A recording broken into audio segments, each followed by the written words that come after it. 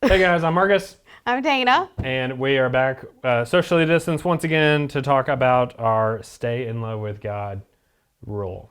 So, uh, Dana, as we were preparing for this week, what stood out to you about this simple rule of stay in love with God?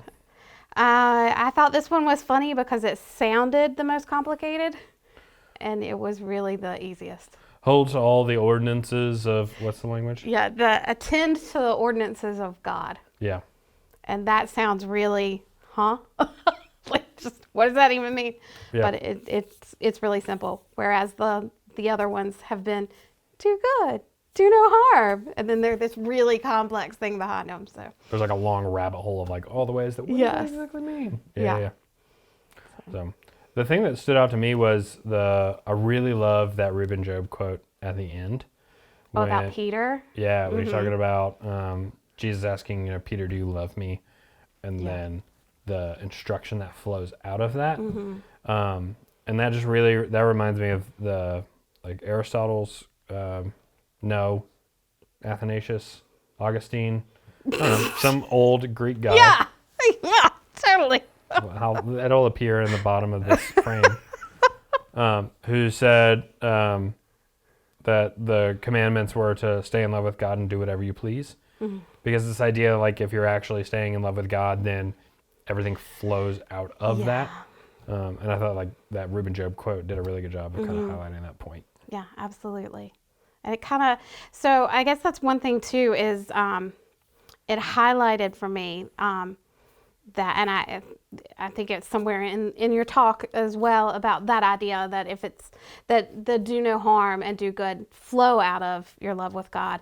And it reminds me of how in all of the spiritual disciplines that we've been looking at, and yeah, it makes sense that all the spiritual disciplines overlap, but a lot of times we think about them so separately, like prayer is this box and worship is this box. Especially and, the way that we're like approaching them, where it's like yeah. a month focus. Yeah, at a time. so and so in each one of them, as I've been reading and researching, I find them all overlapping so much, and it's just such a good reminder that we can't separate any of that stuff. It's all part of our relationship with God, and you can't do one without another. That they all build on each other and all help us to have a better relationship. Yeah, it really highlights then the ways that like why Jesus was so harsh to the Pharisees, because Yeah.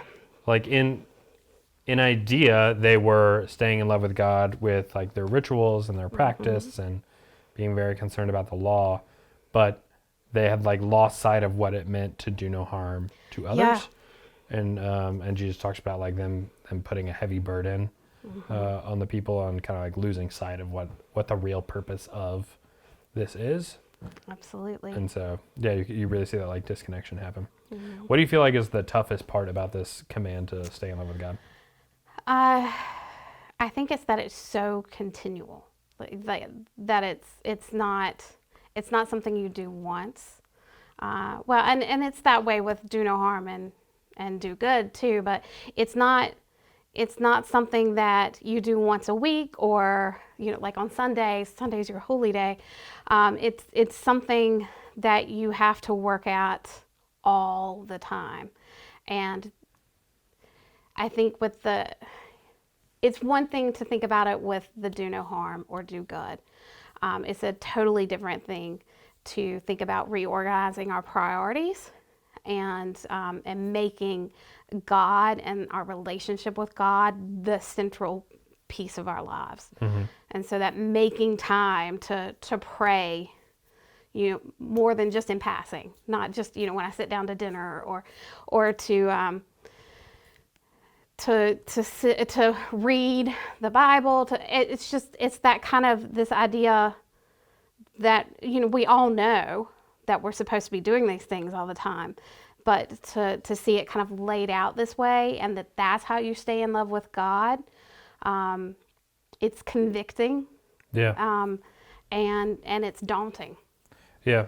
I don't know for you, but like looking at the complexity that you can go down with do no harm and do good, it felt like there was a like a spectrum that you could kind of grow on. Maybe, and that's just the way that we talked about it, but like this, maybe it's because like stay in love with God is such like the foundational one. It doesn't feel like there's as much of a spectrum there. Yeah. To like it's okay if you start here and you're growing out. Yeah. And I know that like practically, yes, like there is a spectrum, but like that, it kind of like what you said, like it almost feels more daunting because it feeds the other two. It's like you have to do all of these all at the same time, all the time. Whereas with the other ones, it felt like there was more, like you were saying, like I'll start here and then I'll grow to here. Yeah. And this one just feels like, no, this is, yeah. Well, and the other two especially felt more, like in a way they felt individual of like how I was doing no harm or how I was doing good. But this concept of like stay in love with God inherently feels more relational.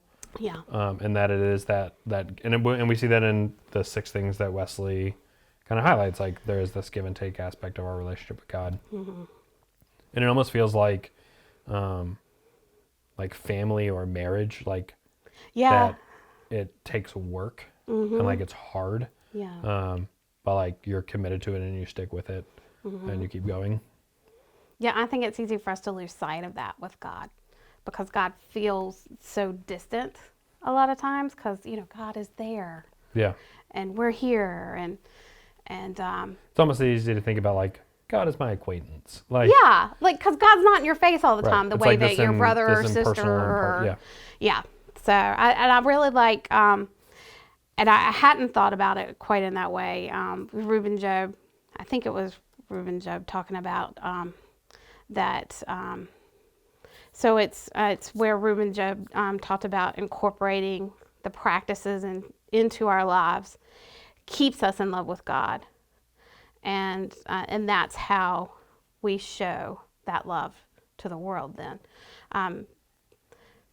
so that was one of the things that I really liked was the idea of it goes back to that they'll know we're Christians by our love, and so it's staying in love with God is the first step of being able to love others well.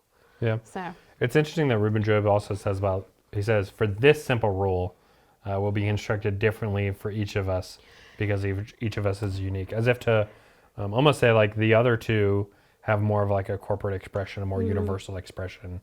But this one is so like intimately personal that it varies, which may also be why it feels a little more daunting. Yeah, because there's no roadmap to follow. Yeah. Like you have to figure it out on your own. Yeah. Kind of thing. So thinking through that list of 6 things, is there a particular one that you feel like you that you need to focus on, or that you want to kind of reevaluate for yourself over the next week, month, as we kind of continue this practice of spiritual disciplines? Well, there's 2. So I would like to be in Scripture more.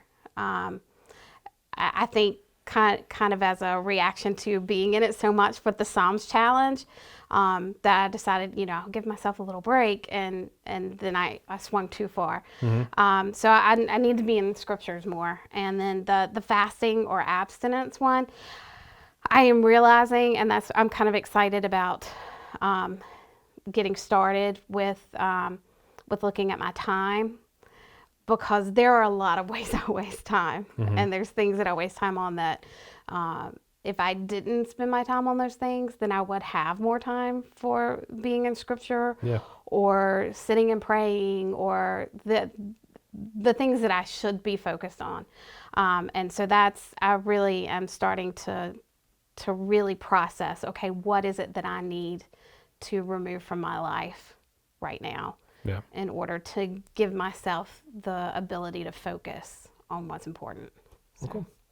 What about you?